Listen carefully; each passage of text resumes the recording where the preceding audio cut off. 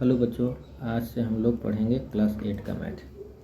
ठीक है, हम जो बुक फॉलो करेंगे इसके सॉल्यूशंस क्वेश्चंस को बनाने के लिए वो होगा सुगम गणित का बुक, जो कि हिंदी मीडियम में होता है। इसमें सबसे पहला चैप्टर है आपका परिमेय संख्याएं। तो परिमेय संख्या के बारे में जानने से पहले हम सबसे पहले जानेंगे प्राकृत संख्या, पूर्ण संख्या, पूर्णांक के बारे में कि ये क्या होता है। क्योंकि अगर इनके बारे में हम समझ लेंगे तो परिमेय संख्या समझना आसान हो जाएगा। और यहाँ पे इस चैप्टर में हम इन सभी चीज़ों को थोड़ा डिटेल में समझने का प्रयास करेंगे, क्योंकि ये बेसिक चीज़ें हैं। अगर यही समझ में नहीं आएगा तो आगे समझना और भी मुश्किल हो जाएगा। और ये समझना बहुत ही ज़रूरी है, क्योंकि इससे जो है आगे क्वेश्चन आपको 11th-12th में पढ़िएगा, उसमें भी काम आता है। कंपटीशन की तैयारी करिएगा या कर रहे हैं तो उसमें भी काम आएगा। तो चलिए शुरू करते हैं। सबसे पहले है प्राकृत संख्या। प्राकृत संख्या किसे कहते हैं? गिनती की संख्या को प्राकृत संख्या कहते हैं। तो गिनती की संख्या, तो गिनती हम लोग कहाँ से स्टार्ट करते हैं? एक से। किसी भी चीज़ को अगर गिनना होता है तो शुरुआत एक से करते हैं। तो 1, 2, 3, 4 से लेके अनंत तक ये सब संख्याएँ क्या हो गया? प्राकृत संख्या। प्राकृत संख्याओं के समूह को n से दिखाया जाता है। तो हम n से लिख दें। n इक्वल टू क्या लिख सकते हैं? 1 से लेके अनंत तक की जितनी भी संख्याएँ हैं उसमें से सभी संख्याएँ प्राकृत संख्या हैं। ठीक है, अब हम इसके बेसिस पे कुछ आपसे क्वेश्चन पूछ रहे हैं कि बताएं इसमें कौन सी संख्या प्राकृत संख्या है। -2.3, 0, 3/7, 12/3, -4, 3, 2.5√2। अब इसमें बताइए कौन सी संख्या प्राकृत संख्या है। तो -2.3, क्या हम किसी भी चीज़ को माइनस में काउंट करते हैं क्या? जैसे अगर मान लेते हैं सपोज दैट ये पेड़ हमने बना दिया, तो बताइए कितने पेड़ हैं।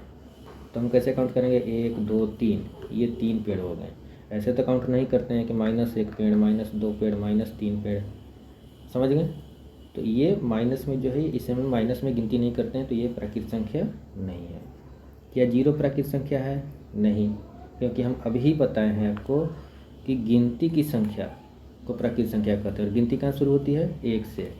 तो 0 भी प्राकृत संख्या नहीं होगा। 3/7 नहीं होगा प्राकृत संख्या, क्योंकि किसी भी चीज़ की गिनती हम लोग बट्टा में नहीं करते हैं। अब ये 3 पेड़ है तो इसको हम लोग डायरेक्टली 1, 2, 3 काउंट करेंगे, इसको हम लोग बट्टा में काउंट नहीं करते हैं। 12/3, 12/3 का मतलब क्या हुआ? ये भी तो बट्टा में, लेकिन यहाँ पे देखिएगा कि ये इसको हम लोग अगर सोल्व करेंगे तो ये 4 हो गया। तो 4 क्या हो गया? काउंटिंग नंबर में आता है 1, 2, 3, 4। तो ये क्या हो गया आपका? ये हो गया प्राकृत संख्या। -4 नहीं होगा, क्योंकि माइनस में हम लोग गिनती नहीं करते हैं। 3 होगा। 2.5 नहीं होगा, क्योंकि डेसिमल में भी हम लोग गिनती नहीं करते हैं। √2 भी नहीं होगा, क्योंकि रूट में भी हम लोग गिनती नहीं करते हैं। तो यहाँ पर हम लोग को कौन कौन हो गया प्राकृत संख्या? एगो 12/3 हो गया और एक ठो 3 हो गया। तो उम्मीद है आप लोग इसको अच्छे से समझ गए होंगे। अब इसमें सबसे छोटा प्राकृत संख्या क्या होता है? तो 1 होता है। सबसे छोटा प्राकृत संख्या 1, क्योंकि गिनती ही हम लोग 1 से शुरू करते हैं। 1, 2, 3, 4। तो सबसे छोटा प्राकृत संख्या क्या हो गया? 1 हो गया। ठीक है, फिर प्राकृत संख्याओं का कोई अंत नहीं होता है। नहीं होता है, क्योंकि गिनती हम लोग 1 से तो शुरू करते हैं, लेकिन ये अनंत तक जाती है, ये आगे बढ़ती ही जाती है। तो आप बताइए कि क्या आप बता सकते हैं कि सबसे बड़ी प्राकृत संख्या क्या है? तो नहीं बता सकते हैं। आप सोच के देखिए कि मान लिए कि आप बोले कि 1 लाख सबसे बड़ी संख्या है। ठीक है, हमने बोला कि चलिए उसमें 1 और जोड़ दीजिए, तो 1 लाख 1 हो गया। तब उससे तो बड़ी संख्या 1 लाख कोई 1 हो गया। आप कहेंगे नहीं, 1 करोड़ सबसे बड़ी संख्या है। हम बोले फिर ठीक है, उसमें भी 1 जोड़ दीजिए। तो इस तरह से आप कोई भी संख्या सोच लीजिए, कितना भी सबसे बड़ा संख्या सोच लीजिए, सिर्फ उसमें 1 जोड़ दीजिए, वो उससे बड़ी संख्या हो जाएगी। तो इसलिए हम नहीं बता सकते हैं कि कौन सी सबसे बड़ी प्राकृत संख्या है। हाँ, सबसे छोटा हम लोग बता सकते हैं क्या है? 1 होता है। अब हम लोग जानेंगे पूर्ण संख्या के बारे में। तो प्राकृत संख्याओं के समूह में यदि शून्य भी शामिल हो जाए, मतलब प्राकृत संख्या तो 1 से शुरू होता ही था, अगर उसमें शून्य भी शामिल हो गया तो 0 से लेकर के अनंत तक की जो संख्या होगी वो सारी संख्याएं पूर्ण संख्या होगा। और पूर्ण संख्या के समूह को हम लोग किससे दिखाते हैं? W से। अब चलिए इसमें हम समझते हैं। बताइए कि इसमें कौन सी संख्या पूर्ण संख्या है। क्या -2.3 है पूर्ण? नहीं है। क्यों नहीं है? क्योंकि अभी हमने बताया कि प्राकृत संख्या में जीरो सिर्फ शामिल कर देंगे तो पूर्ण हो जाएगा, मतलब जीरो से लेकर अनंत तक की संख्या पूर्ण संख्या होगी। तो माइनस में जो है गिनती करते हैं हम लोग? नहीं करते हैं।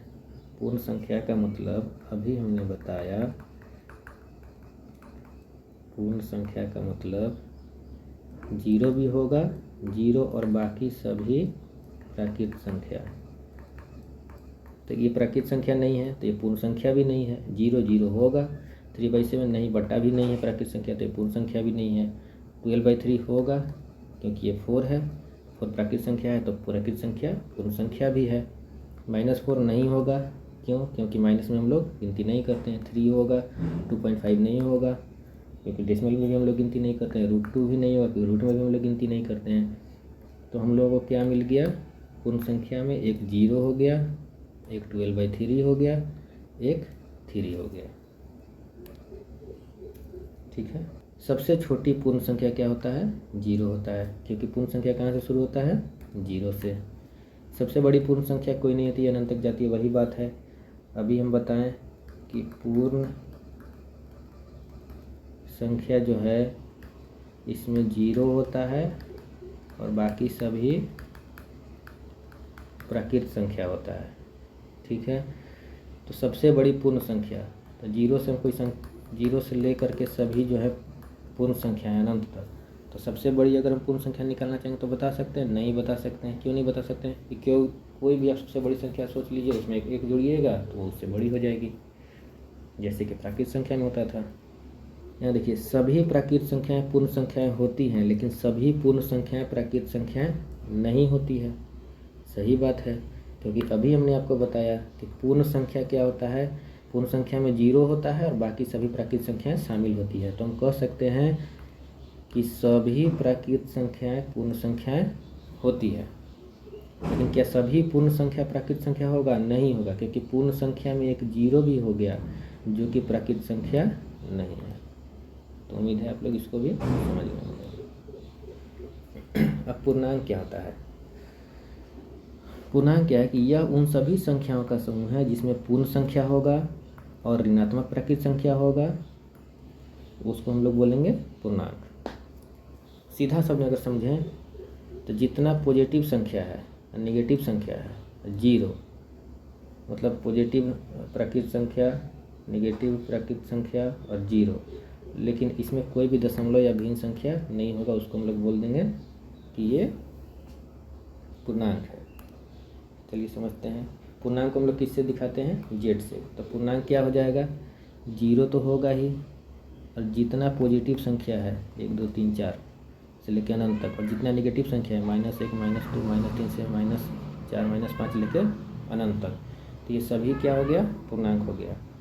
तो पूर्णांक पर जी ध्यान दीजिएगा कि यहाँ मैंने बताया है कि इसमें कोई भी दशमलव या भिन्न शामिल नहीं होता है।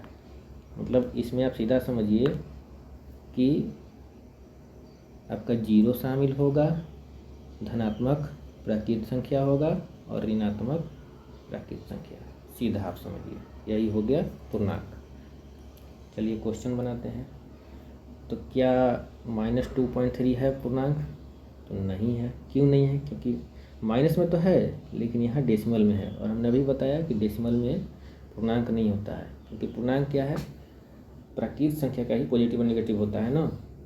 तो जो कि 2.3 प्राकृत संख्या नहीं है, इसलिए माइनस वाला पूर्णांक नहीं होगा। 0 होगा क्योंकि पूर्णांक में 0 होता है। ठीक है।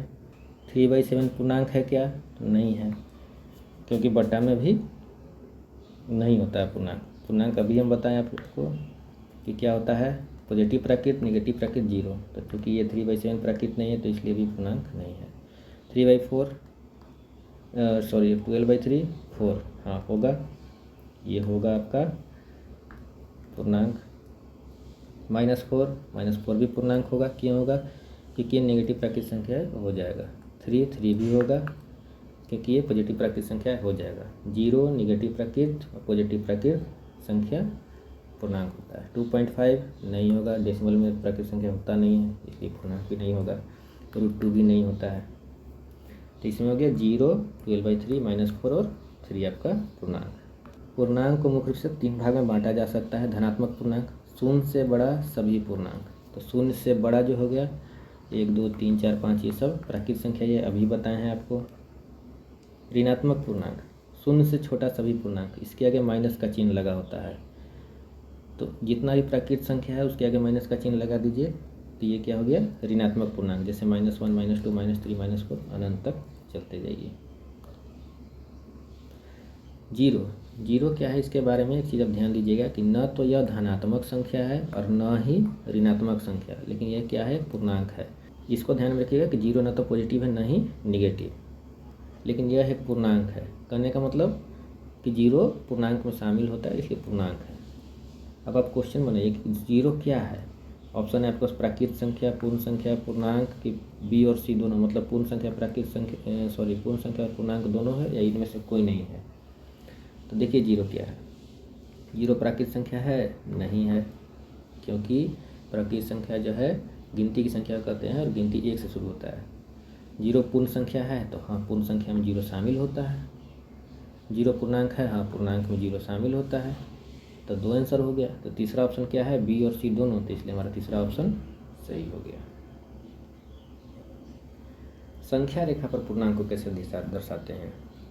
तो जीरो संख्या रेखा पर कहाँ रहता है, हमेशा बीच में। जैसे ये आपका संख्या रेखा हो गया, तो इसमें जीरो कहाँ होगा, बीच में। और जीरो के दाईं ओर पॉजिटिव संख्या होगा और जीरो के बाईं ओर निगेटिव संख्या होगा। ठीक है। तो जीरो के दाईं ओर जाने पर संख्याएं बढ़ती हैं। जैसे जीरो के दाईं ओर बढ़ेंगे तो संख्या क्या होगा, बढ़ते जाएगा, 1, 2, 3, 4, 5, 6 ऐसे अनंत तक बढ़ते जाएगा। जीरो के बाईं ओर जाने पर संख्याएं घटती है। तो जीरो के बाईं ओर जाएंगे तो -1, -2, -3, -4, -5, -6 ऐसे अनंत तक जाएगा। तो संख्याएं घटती हैं, कहने का मतलब कि इधर की ओर बढ़ रहे हैं तो संख्या का क्या हो रहा है, मान घट रहा है। तो यहाँ से एक चीज़ हमको ये समझ में आ रहा है कि नेगेटिव में जितना बड़ा वैल्यू रहेगा उसका मान उतना ही छोटा रहेगा। तो -2 जो है -1 से छोटा होगा, -3 -2 से छोटा, -4 -3 से छोटा। समझ में आ रहा है। अब देखिए ऋणात्मक संख्याओं में बड़ी और छोटी संख्या का नियम। ऋणात्मक संख्याओं में जो संख्या दिखने में जितनी बड़ी होती है उसका मान उतना ही छोटा होता है, जो बात अभी हम आपको बताएं। तो बताइए -5 या -1 में कौन छोटा है। तो क्योंकि माइनस में सबसे बड़ी संख्या 5 है और उसके आगे माइनस लगा है, सबसे बड़ी संख्या 5 है उसके आगे माइनस, तो सबसे छोटा मान इसी का हो गया। जो संख्या दिखने में जितनी बड़ी होती है उसका मान उतना ही छोटा होता है, किसमें, ऋणात्मक में। समझ गए। अगर आपसे पूछ दें हम कि -3 और -7 में बताइए कौन सबसे छोटा है, तो -7 सबसे छोटा है, क्योंकि अगर बड़ी संख्या देखें 3 और 7 में तो 7 बड़ा है और दोनों में माइनस लगा है, तो सबसे बड़ा में जो माइनस लग जाता है वो सबसे छोटा उसका मान। अगर हम पूछ दें कि -4 और -2 कौन सबसे बड़ा है, तो -2 सबसे बड़ा है, सबसे छोटा ये हो जाएगा, क्योंकि जितनी बड़ी संख्या के आगे माइनस रहेगा वो उतना ही छोटा। तो ये छोटा ये बड़ा। समझ गए। अब भिन्न के बारे में जान लेते हैं, क्योंकि परिमेय संख्या के बारे में पढ़िएगा तो उसमें भिन्न एक शब्द का यूज होगा। तो भिन्न क्या होता है, और भिन्न और परिमेय संख्या में अक्सर लोग कंफ्यूज कर जाते हैं, इसलिए हम भिन्न के बारे में भी थोड़ा देख लेंगे ये क्या होता है। भिन्न का सरल शब्दों में अर्थ होता है एक पूरे हिस्से का कोई टुकड़ा या भाग। जब हम किसी एक पूरी वस्तु को बराबर टुकड़ों में बांटते हैं तो उसके किसी एक या कुछ हिस्से को दर्शाने के लिए भिन्न का उपयोग किया जाता है। ठीक है। अब जो हम भिन्न को दिखाएंगे तो उसमें जो ऊपर वाला संख्या रहता है उसको अंश कहते हैं, और अंश क्या बताता है कि कुल हिस्सा में से कितना हिस्सा लिए हैं, और जो नीचे वाला संख्या होता है उसको हर कहते हैं। यह क्या बताता है कि पूरी वस्तु को कुल कितने बराबर हिस्सों में बांटा गया है। एग्जाम्पल, चलिए एग्जाम्पल से इसको समझते हैं। अगर हम 1/4 लिखे हैं, इसका मतलब है कि टोटल 4 हिस्सा में से एक हिस्सा ले रहे हैं, मतलब 4 हिस्सा में से एक हिस्सा को दिखाने के लिए हम 1/4 लिख देते हैं। अब जैसे यहाँ पे हम समझेंगे थोड़ा इसको, कि मान लीजिए ये पिज़्ज़ा है, ये आपका गोल पिज़्ज़ा हो गया। ठीक है। अब इसका एक टुकड़ा मैंने निकाला, एक टुकड़ा निकाला। अब इसको हमको दिखाना है मैथमेटिकली, तो इसको कैसे दिखाएंगे। तो चूँकि इस पिज़्ज़ा को हमने 4 टुकड़ों में बांटा था, 1 2 3 4 टुकड़ों में, और इसका एक टुकड़ा निकाला, तो जो टोटल टुकड़ा दिखाना है, टोटल कितना संख्या में बांटे हैं उसको नीचे लिखते हैं, और जो टुकड़ा लिए हैं या जिस टुकड़ा को दर्शाना है उसको ऊपर लिखते हैं। तो ये 1/4 हो गया। ऊपर वाले को बोलते हैं अंश, नीचे वालों को बोलते हैं हर। ठीक है। अब इसी तरह ये पिज़्ज़ा है, इसमें 2 टुकड़ा को हमको दिखाना है, तो टोटल कितने टुकड़े बांटे हैं, 1 2 3 4, तो 4 नीचे लिख दिए, और जितना टुकड़ा दर्शाना है उसको ऊपर लिख दिए।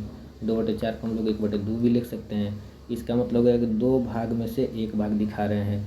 तो यहाँ भी देखिए, ये जब आधा ले लिए तो ये 2 भाग बन गया, एक ये और एक ये, 2 भाग में से 1 भाग दिखा रहे हैं, ये भी सही है। इसको कितना दिखाएंगे, तो टोटल कितना टुकड़ा है, 1 2 3 4 5 6 7, तो टोटल जितना टुकड़ा है उसको नीचे लिख देते हैं टोटल टुकड़ा को। उसमें से कितना टुकड़ा को हमको दिखाना है, तो 1 2 3 को, तो 3 को ऊपर रख देंगे, 3/7। अब जैसे आप ये बताइए,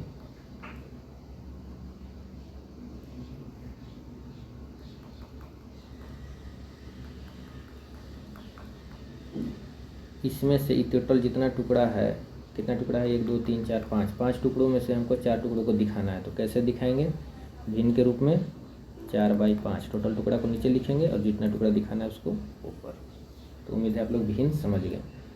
और भिन्न के बारे में एक चीज़ और है, भिन्न जो है कभी भी निगेटिव नहीं होता है। क्यों नहीं होता है, क्योंकि हमको टुकड़ा दिखाना है ना, तो टुकड़ा कभी भी माइनस में नहीं होता है। तो ऊपर नीचे दोनों जगह भिन्न पॉजिटिव ही रहेगा अंश और हर में। चलिए अब जानते हैं परिमेय संख्या के बारे में। परिमेय संख्या को हम लोग P/Q के रूप में लिखते हैं। परिमेय संख्या के हम लोग भिन्न मतलब P/Q के रूप में ही लिखते हैं। लेकिन यहाँ पे एक चीज़ ध्यान देने वाली बात है, परिमेय संख्या में हम भिन्न के रूप में तो लिखते हैं, लेकिन P और Q कहने का मतलब अंश और हर दोनों पूर्णांक होने चाहिए। ये बात आप लोग ध्यान में दीजिएगा, अच्छे से रखिएगा।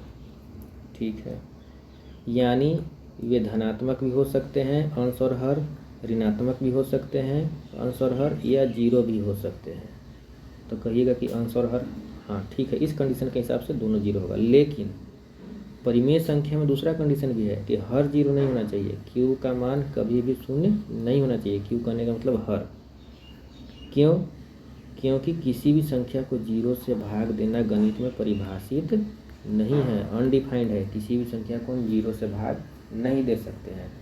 तो कंक्लूजन क्या निकला हमारा, कंक्लूजन यही निकला कि परिमेय संख्या को हम लोग P/Q मतलब अंश बटे हर के रूप में लिख सकते हैं, जहाँ P और Q क्या होगा, पूर्णांक है, लेकिन Q 0 नहीं है। ऊपर 0 हो सकता है, पॉजिटिव हो सकता है, नेगेटिव हो सकता है संख्या, नीचे में पॉजिटिव संख्या नेगेटिव संख्या हो सकता है, लेकिन 0 नहीं होगा। समझ गए, यही सेम चीज़ यहाँ पे लिखा हुआ है। और परिमेय संख्या के समूह को हम लोग Q से दिखाते हैं। अब साधारणतः परिमेय संख्या P/Q में P और Q को सरलतम रूप में लिखा जाता है। सरलतम मतलब काट कूट के जो भी कॉमन है उसको निकाल दीजिए, तो उसी को हम लोग लिखते हैं। जैसे 4/12, तो 4/12 में 12 को हम लोग लिख सकते हैं ना, 4 × 3, तो 4 से 4 कट गया, कितना बचा, 1/3, तो 4/12 को हम 1/3 लिख सकते हैं। 6/8 को हम लोग उसी प्रकार से 3/4 भी लिख सकते हैं। परिमेय संख्या P/Q में हर Q को साधारणतः धन पूर्णांक रखा जाता है। कहने का मतलब इसके लिए Q के चिन्ह को अंश P में ही शामिल किया जाता है। कहने का मतलब है कि परिमेय संख्या जो हम लिखते हैं उसमें हर को जनरली हम लोग पॉजिटिव ही रखते हैं। अगर कोई संख्या में हर में निगेटिव है तो उसको हम लोग अंश में शामिल कर देते हैं। जैसे 3/-7 है, तो माइनस किस में लगा है, हर में ना, 7 में लगा है ना, नीचे की संख्या में लगा है, तो माइनस को हम लोग कहाँ शामिल कर देंगे, ऊपर भेज देंगे। तो 3/-7 को हम क्या लिख सकते हैं, -3/7। इसी प्रकार -4/-11, तो -4/-11 है, तो -4/11 है, और ये माइनस को हम ऊपर भेज देंगे, ये क्या हो जाएगा, माइनस इंटू माइनस प्लस, तो ये हो गया 4/11। इसी को हम लोग कैसे करते हैं, काट देते हैं कि माइनस माइनस कट गया, 4/11 बच गया। समझ गए। तो कोई भी संख्या है, परिमेय संख्या है, जैसे मान लेते हैं 2/-3 है, तो इसको हम लोग क्या कर देते हैं, क्या लिख सकते हैं, -2/3 ऐसे हम लोग लिख देते हैं। तो क्यू का जो भी मतलब हर का जो भी चिन्ह है उसको हम लोग अंश में भेज देते हैं। अब आप कहिएगा कि सर ऐसे बताइए कि 3/4 है, तो इसमें भी तो हर के साइन को ऊपर भेजेंगे, तो भेजेंगे, भेजिए, ये भी प्लस में है, ये भी प्लस में है। अब 3/4, 3 प्लस में, 4 वाला प्लस ऊपर चला गया तो प्लस इंटू प्लस प्लस ही रह गया, तो 3/4 तो 3/4 ही रह गया। समझ गए ना। तो यहाँ से तो इतना ही समझना है कि अगर माइनस नीचे रहेगा तो हम लोग उसको ऊपर भेज देंगे, अंश में डाल देंगे। ठीक है। अब एक चीज़ और ध्यान दीजिएगा कि परिमेय संख्या में बताएं कि परिमेय संख्या P/Q के रूप में होता है, लेकिन Q 0 नहीं होना चाहिए और P और Q पूर्णांक होता है, सिर्फ Q 0 नहीं होना चाहिए। ठीक। लेकिन एक और प्रकार का संख्या है जो कि परिमेय संख्या होता है। किस प्रकार का, तो अशांत आवर्ती दशमलव प्रसार, मतलब डेसिमल में दशमलव में कोई संख्या है वो अशांत है। अशांत करने का मतलब नॉन टर्मिनेटिंग, वो ख़त्म नहीं हो रहा है, वो बढ़ते ही जा रहा है, बढ़ते ही जा रहा है, बढ़ते ही जा रहा है, अनंत तक जा रहा है अगर हम भाग दे रहे हैं किसी संख्या को तो। लेकिन आवर्ती है, लेकिन उसमें कुछ नंबर जो है एकदम हमेशा अनंत तक रिपीट होता जा रहा है, तो वैसा संख्या भी परिमेय संख्या होता है। अ नंबर हुई decimal expansion is non terminating and repeating, और जिसको रेकरिंग भी बोलते हैं। एग्जाम्पल में 0.3 पर रेकरिंग, 3 पर रेकरिंग है, इसका रेकरिंग का मतलब क्या होगा कि ये संख्या अब रिपीट होते जाएगा। तो 0.333333 ये क्या है, परिमेय संख्या है। कैसे है, तो 1/3 को यदि आप भाग दीजिएगा ना, 1 को 3 से भाग दीजिएगा तो हमेशा 0.3333 ही आते रहेगा। देखिए 0 लगाएं, 10 हो गया, दशमलव लगाएं, 3 9 1 फिर आ गया, फिर दशमलव है तो 0 होगा, फिर 3 9 फिर 1। अब ये तो हमेशा रिपीट ही होता रहेगा ना। इसी प्रकार 1/7, 1 को अगर 7 से भाग दीजिएगा तो 0.142857 तक तो जाएगा, लेकिन इसके बाद फिर से वही रिपीट होने लगेगा, 0.142857, फिर 142857, 142857, 142857, ऐसे ही ये रिपीट करता रहेगा। तो ये क्या होगा, ये भी परिमेय संख्या हो गया। 0.27 पर रेकरिंग है, मतलब 27 27 27 27 रिपीट होते रहेगा, तो ये भी क्या है, परिमेय संख्या है। 3/11, 3 को अगर 11 से भाग देंगे तो 0.27 पर रेकरिंग आएगा। तो समझ गए, इस प्रकार का संख्या भी परिमेय संख्या होता है। एक और संख्या होता है अशांत अनावर्ती, लेकिन वो अपरिमेय संख्या होता है। अनावर्ती में क्या होगा कि इसमें जैसे कोई संख्या लगातार अनंत तक रिपीट हो रहा है, वो उसमें रिपीट नहीं होगा। जैसे 0.24, 32158 ऐसे कुछ भी संख्या हमेशा बढ़ते जा रहा है, कहीं कोई रिपीटेशन नहीं है। रिपीटेशन का मतलब ये नहीं कि 2 यहाँ है तो 2 यहाँ रिपीट हो गया, नहीं। रिपीटेशन का मतलब कि एक ही संख्या लगातार बार बार अनंत तक रिपीट होना, जैसे 27 27 27, 14285 14285 14285 3333 लगातार। समझ गए। फिर तो ये हो गया अपरिमेय संख्या। अशांत अनावर्ती हो गया, आवर्ती नहीं है, ये रिपीट नहीं हो रहा है। अशांत तो है, मतलब कट नहीं रहा है, अनंत तक जा रहा है भाग देने पर, लेकिन अनावर्ती है। फिर 0.32 332 3332 ये संख्या भी आपका अशांत अनावर्ती ही हो गया। यहाँ देखिए 3 है, फिर 2 आ गया, 323232 होना चाहिए था ना अगर रिपीट होता था, फिर 333 आ गया, फिर 3332 आ गया, तो ये रिपीट नहीं हो रहा है। अगर रिपीट होता है तो 32 पर रेकरिंग होता है, मतलब 32 32 32 32 ऐसे ही रिपीट होते चला जाता है। तो समझ गए, अशांत आवर्ती दशमलव जो रहेगा वो परिमेय, अशांत अनावर्ती दशमलव संख्या वो अपरिमेय संख्या। शांत दशमलव परिमेय होता है, तो ये तुम जानते ही हैं, जैसे 3, जैसे अगर अभी हम बताए थे 12/4, तो 12 को 4 से भागा देंगे तो 3 बार में कट गया। अब यहीं पे डेसिमल तो ख़त्म हो गया, ये डेसिमल 0 हो गया। या शांत दशमलव एक और एग्जाम्पल आप ले सकते हैं कि 1/4 ले लीजिए। तो 1/4 से अच्छे से समझिएगा, 1/4 में 1/4 कितना हो जाएगा 0.25। तो डेसिमल के 2 डिजिट तक गया, उसके बाद ख़त्म, इसके आगे संख्या बढ़ ही नहीं रहा है, तो ये शांत दशमलव का उदाहरण हो गया। तो ये भी परिमेय संख्या है। तो 0.25 है, अगर इसको आप 25/100 करिएगा, ये कट के 1/4 आ जाएगा, परिमेय संख्या हो गया। अशांत आवर्ती, अभी बताएं, अशांत है, टर्मिनेट नहीं हो रहा है, बढ़ते ही जा रहा है लेकिन रिपीट हो रहा है, तो वो परिमेय संख्या। अशांत अनावर्ती, अशांत है, टर्मिनेट नहीं हो रहा है लेकिन रिपीट भी नहीं हो रहा है, तो अपरिमेय संख्या। ठीक है, चलिए इसमें बताइए कि कौन सी संख्या परिमेय संख्या है। तो -2/3 है, परिमेय संख्या है। क्यों है? -2.3 को अगर हम लिखेंगे तो ये -23/10 हो जाएगा।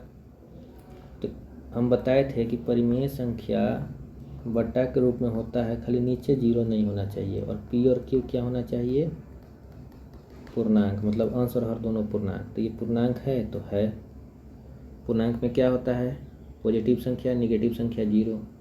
ये पूर्णांक है तो है, तो ये परिमेय संख्या हो गया। 0 परिमेय संख्या है परिमेय संख्या, क्योंकि पूर्णांक में क्या होता है, बताए थे कि पूर्णांक में नेगेटिव नंबर 0 और पॉजिटिव नंबर तीनों होता है। तो 0 तो है पूर्णांक में। 3/7 है, क्योंकि 3 भी पूर्णांक है, 7 भी पूर्णांक है, पॉजिटिव नंबर आ गया ना, अंश में भी हर में भी। 12/3 है, ये तो कट के 4 आ गया, या 4/1 कर दीजिए या 4 कर दीजिए, पॉजिटिव नंबर है, तो ये भी आपका हो गया परिमेय संख्या। ये परिमेय संख्या हो गया, ये परिमेय संख्या, ये परिमेय संख्या, ये परिमेय संख्या। -4 भी परिमेय संख्या है, ये भी हो गया आपका परिमेय संख्या। -4 को -4/1 लिख सकते हैं ना, -4 को आप लिख सकते हैं -4/1, तो ये भी पूर्णांक है, ये भी पूर्णांक है, परिमेय संख्या हो गया। फिर 3, ये भी परिमेय संख्या है। 3 को 3/1 लिखिए, 3 को अगर हम 3/1 लिखेंगे तो ये भी पूर्णांक, ये भी पूर्णांक, परिमेय संख्या। 2.5 भी परिमेय संख्या है, 25/10 लिख सकते हैं। काटना है तो काट लीजिए, 5/2, तो ये भी पूर्णांक, ये भी पूर्णांक, तो ये भी परिमेय संख्या हो गया। क्या √2 परिमेय संख्या है? तो नहीं है। तो आप बोलिएगा कि सर √2 को तो √2/1 लिख ही सकते हैं, तो ये तो परिमेय होना चाहिए। नहीं, परिमेय क्या होता है, बट्टा में तो लिख सकते हैं लेकिन ऊपर और नीचे दोनों पूर्णांक होना चाहिए। तो 1 तो पूर्णांक है, ठीक है, लेकिन क्या √2 पूर्णांक है? नहीं है। क्यों? क्योंकि पूर्णांक क्या होता है, पॉजिटिव नेचुरल नंबर का नेगेटिव और 0 होता है। ठीक है, तो √2 क्या नेचुरल नंबर है? पॉजिटिव में तो क्या नेचुरल नंबर है? नहीं है, तो इसलिए ये पूर्णांक भी नहीं है। और समझने का सबसे आसान तरीका हम ये बताए थे कि जो अशांत अनावर्ती दशमलव वाला संख्या होता है ना, वो अपरिमेय संख्या होता है। तो जब √2 का वैल्यू निकालिएगा, जब 2 का वर्गमूल आप निकालिएगा तो उसका वैल्यू आएगा 1.41421356, ऐसे डॉट डॉट बढ़ते चला जाएगा। तो इसको ज़रा देखिए, तो ये किस प्रकार का दशमलव का संख्या है। तो ये लास्ट तक अनंत तक बढ़ रहा है, तो इसका मतलब ये अशांत संख्या है। और क्या ये रिपीट हो रहा है? नहीं, रिपीट नहीं हो रहा है, तो ये अनावर्ती हो गया। और अशांत अनावर्ती दशमलव वाले संख्या क्या होता है? अपरिमेय संख्या होता है, इसलिए ये परिमेय संख्या नहीं है। अगर ये आवर्ती होता ना तो 1.41 पर 41 पर रिकरिंग होता, यही आवर्ती हो, मतलब रिपीट होते रहता, या 4142 4142 4142। तो चूँकि इस प्रकार का नहीं है तो ये अनावर्ती हो गया। और अशांत अनावर्ती क्या होता है? अपरिमेय संख्या। समझ गए? -5/2 है, परिमेय है। क्यों है? क्योंकि ऊपर भी पूर्णांक, नीचे भी पूर्णांक। पाई परिमेय संख्या नहीं है। क्यों नहीं है? इसका कारण है कि पाई का वैल्यू 3.14 समथिंग अनंत तक जाता है, और ये अशांत अनावर्ती दशमलव के प्रसार का संख्या है। इसलिए ये अपरिमेय संख्या है, परिमेय संख्या नहीं है। अगर आप लोग कहीं पढ़े होंगे तो पाई का मान 22/7 होता है, तो आप सोचिएगा कि सर ये तो परिमेय संख्या हो गया, ऊपर भी पूर्णांक नीचे भी पूर्णांक। तो एक चीज़ ध्यान दीजिएगा कि 22/7 क्या है, परिमेय संख्या है, लेकिन ये पाई का वैल्यू नहीं है, एग्जैक्ट वैल्यू ये नहीं है, ये एक अप्रॉक्सीमेट वैल्यू है। इसको इसलिए लिखते हैं पाई बराबर 22/7, ताकि जब हम लोग कैलकुलेशन करते हैं, कोई गणित को बनाते हैं, मैथ को सोल्व करते हैं, तो सोल्व करना ईजी हो जाए। अगर आप 3.14 वैल्यू रख के बनाइएगा तो कैलकुलेशन थोड़ा लेंदी हो जाएगा, इसलिए हम लोग कितना वैल्यू लेते हैं 22/7। 22 को जब 7 से डिवाइड करेंगे तो वो भी 3.14 समथिंग आता है, लेकिन उतना सेम वही चीज़ नहीं आता है जो पाई का वैल्यू होता है। तो समझ गए, 22/7 जो है पाई का एक अप्रोक्सीमेट वैल्यू है, एग्जैक्ट वैल्यू नहीं है। पाई का एग्जैक्ट वैल्यू 3.14 ऐसे समथिंग अनंत तक जाता है। तो इसलिए पाई जो है अपरिमेय संख्या हो गया, लेकिन 22/7 एक परिमेय संख्या है। समझ गए, तो ये हो गया अपरिमेय, परिमेय नहीं है। 7/-5 परिमेय है, ऊपर नीचे पूर्णांक हो गया। 0.6 पर रिकरिंग परिमेय है। अभी आपको बताए थे परिमेय संख्या में कि अशांत लेकिन आवर्ती दशमलव जो होता है, अशांत आवर्ती दशमलव परिमेय संख्या होता है। ठीक है, 0.2 पर रिकरिंग परिमेय हो गया। 0.54554554 ... नहीं, ये अपरिमेय हो गया, ये परिमेय नहीं है। तो उम्मीद है आप लोग समझ गए। परिमेय संख्या के बारे में क्या है, परिमेय संख्या अनंत होती है। ठीक है, कोई भी सबसे छोटी या सबसे बड़ी परिमेय संख्या नहीं है। तो अगर हम चाहें कि सबसे छोटी या सबसे बड़ी संख्या को बताएं कि सबसे छोटी परिमेय संख्या कौन सी है या सबसे बड़ी परिमेय संख्या कौन सी है, तो हम नहीं बता सकते। क्यों? क्योंकि परिमेय संख्या जो है उसको हम लोग P/Q के रूप में लिख सकते हैं, जहाँ P और Q क्या है, पूर्णांक है, और Q 0 के बराबर नहीं है। तो पूर्णांक क्या होता है?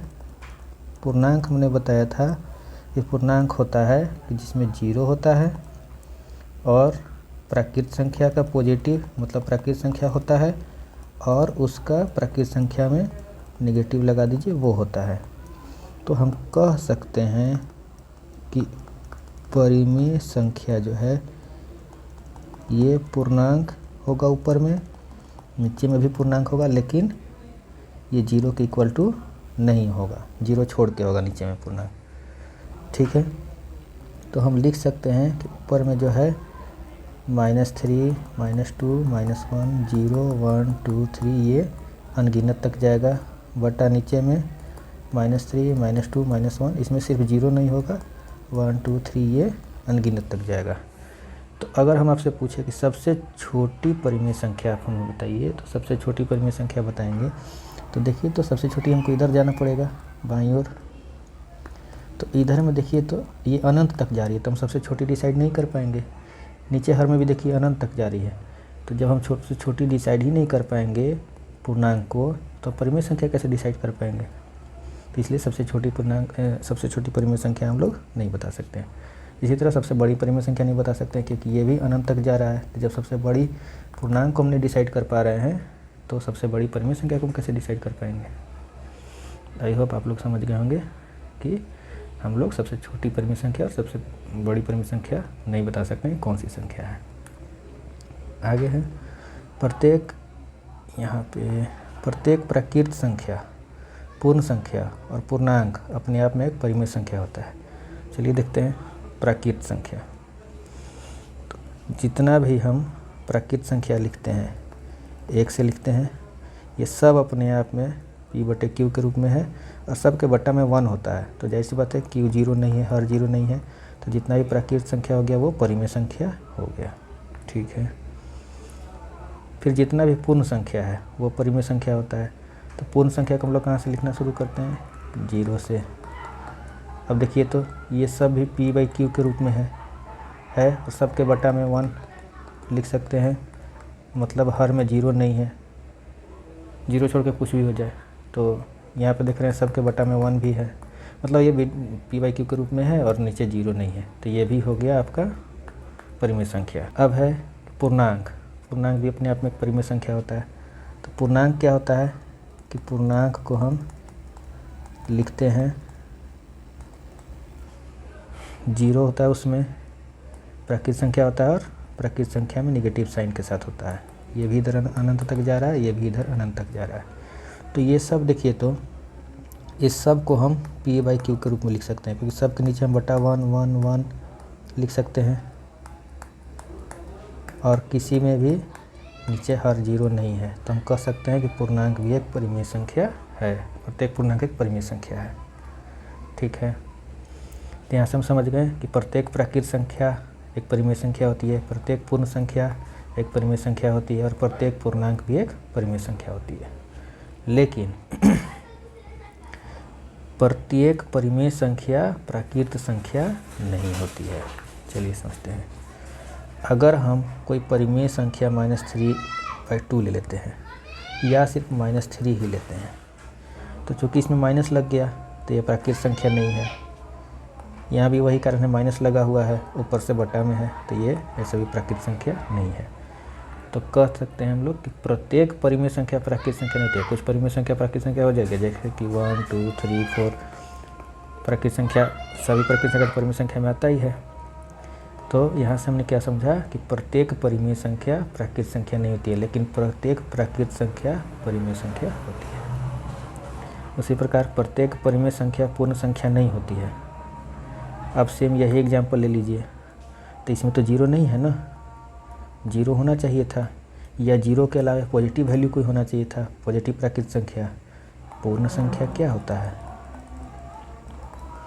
पूर्ण संख्या में जीरो होता है और सभी प्राकृत संख्याएं होती है, यही होता है। तो ये तो जीरो भी नहीं है और प्राकृत संख्या भी नहीं है, तो ये परिमेय संख्या तो है लेकिन पूर्ण संख्या नहीं है।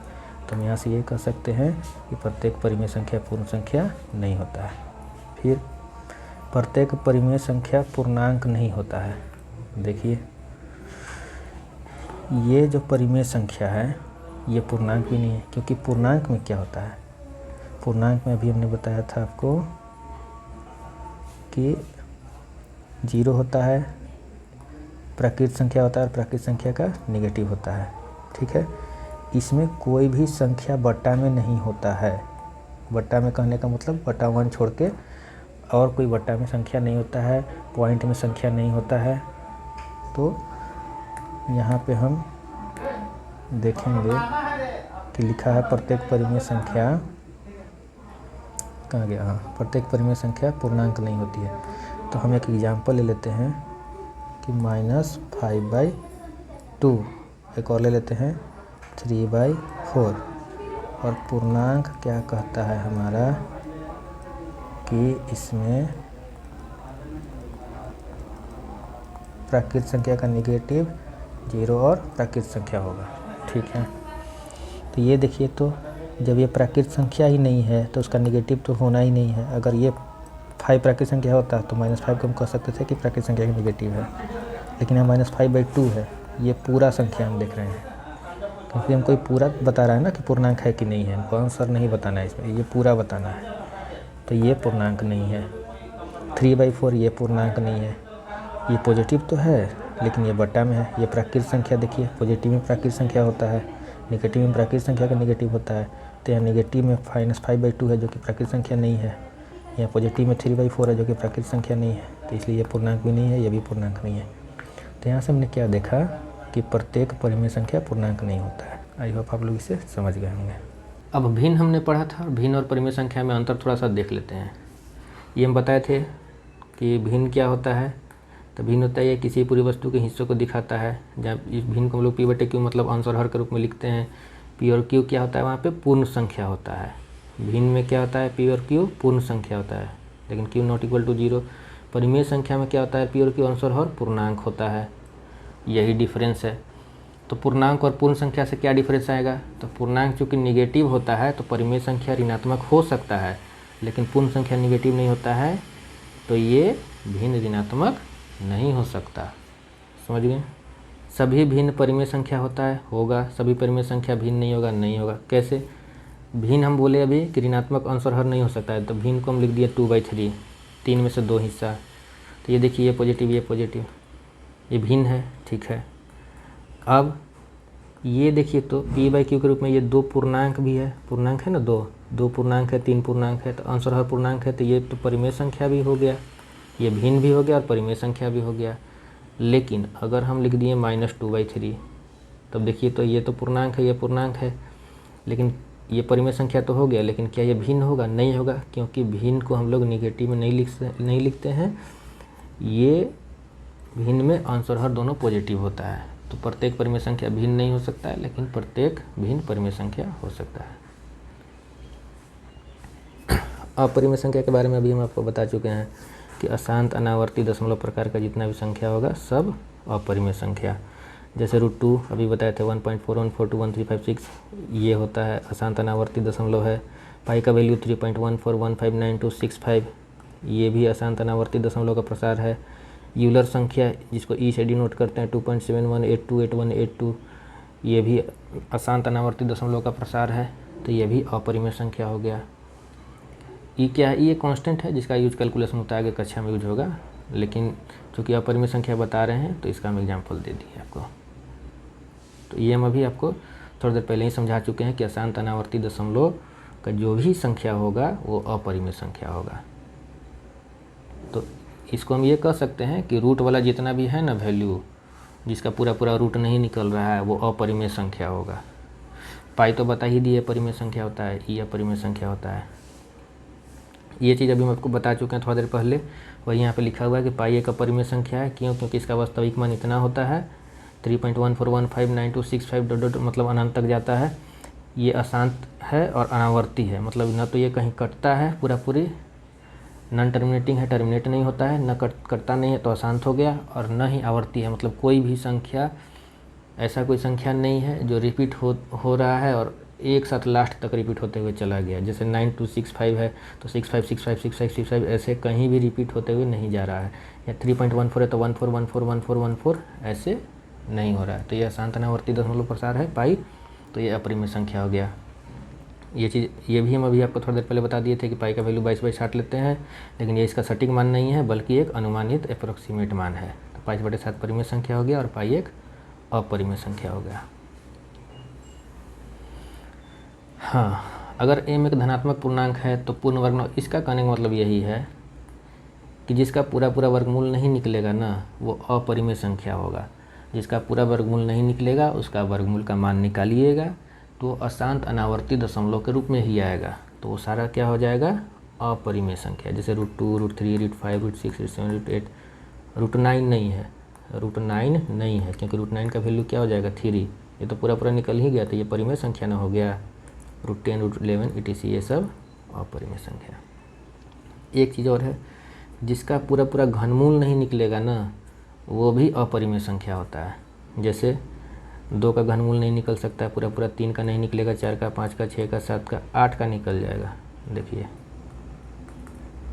8 को लिख सकते हैं 2 का क्यू, और ये क्यू, ये ख़त्म हो गया, 2 पूरा पूरा घनमूल निकल गया, तो ये तो परिमेय संख्या हो गया। 9 का घनमूल नहीं निकल सकता है, क्योंकि यहाँ भी पावर 3 होना चाहिए ना। जैसे यहाँ भी अगर इसको हम निकालें तो 3 का पावर 2 ही आ रहा है, यहाँ 3 है। अगर यहाँ 3 रहता तब ना ये कट के 3 वैल्यू आता, समझ में आ रहा है बात? तो ये रहेगा तो ये आपका परिमेय संख्या हो जाएगा, इसका वैल्यू आ जाएगा 3। लेकिन ये परिमेय संख्या नहीं है, सब अपरिमेय संख्या है। तो उम्मीद है आप लोग अच्छे से समझ गए होंगे कि परिमेय संख्या क्या होता है, अपरिमेय संख्या क्या होता है। चलिए इसको थोड़ा बनाते हैं। बताइए इसमें कौन कौन अपरिमेय है। ये तो परिमेय हो गया, ये अपरिमेय नहीं है, ये सब शांत दशमलव वाला है। 3/7 बट्टा में है, परिमेय हो गया। 12/3, देखिए बट्टा में है ना अगर संख्या, तो या तो शांत दशमलव होगा या अशांत आवर्ती होगा, तो वो परिमेय ही होता है। ये हम आपको अभी बता चुके हैं। ये परिमेय हो गया। -4 परिमेय, 3 2.5 परिमेय, √2 ये हो गया आपका अपरिमेय। अपरिमेय आपका कौन कौन हो गया? ये हो गया आपका अपरिमेय, और ये भी हो गया अपरिमेय, अभी बताए हैं। ये तो परिमेय हो गया, ये हो गया आपका अपरिमेय, ये परिमेय, ये भी परिमेय। अभी बताएं कि अशांत आवर्ती दशमलव परिमेय होता है, ये भी परिमेय हो गया। ये हो गया आपका अपरिमेय, ये आपका हो गया परिमेय संख्या। अभी आपको हम एग्जाम्पल देकर समझाए थे, देखिए यहाँ पे ये हो गया आपका अपरिमेय और ये भी हो गया आपका अपरिमेय। तो अपरिमेय में कौन कौन संख्या हो गया? अपरिमेय में हो गया आपका कौन कौन संख्या? √2 हो गया अपरिमेय, ई हो गया अपरिमेय, पाई हो गया अपरिमेय, ये हो गया अपरिमेय, ये हो गया अपरिमेय, ये हो गया अपरिमेय। इसका तो वैल्यू हो जाता है 2, तो ये तो परिमेय हो गया। समझ गए? तो ये तो समझ गए कैसे होता है, ये भी समझ गए, ये भी समझ गए, ये भी समझ गए। अब माइनस वाला सोचिएगा कि माइनस में √2 है, ये तो प्लस में नहीं है, तो ये कैसे अपरिमेय हो गया? तो अपरिमेय संख्या का एक प्रॉपर्टी होता है जो कि आगे क्लास में पढ़ना है आपको, समझ गए ना? तो वो क्या होता है? वो होता है कि परिमेय संख्या और अपरिमेय संख्या को जब गुना करेंगे ना तो वो एक अपरिमेय संख्या ही होता है। तो -√2 को हम लोग लिख सकते हैं -1 × √2। -1 क्या है? परिमेय संख्या है, ठीक है। और -1 हो गया परिमेय संख्या, √2 क्या है? अपरिमेय संख्या। और अपरिमेय संख्या का प्रॉपर्टी क्या होता है कि परिमेय संख्या अपरिमेय संख्या गुना करेंगे तो क्या आता है? अपरिमेय संख्या। इसलिए -√2 भी हो गया अपरिमेय संख्या। तो उम्मीद है आप लोग को ये चीज़ समझ में आ गया होगा। अपरिमेय संख्या का और भी प्रॉपर्टी होता है जिसको क्या है कि हम लोग क्लास में पढ़ेंगे। चलिए ठीक है, अब हम लोग मिलते हैं अगले क्लास में।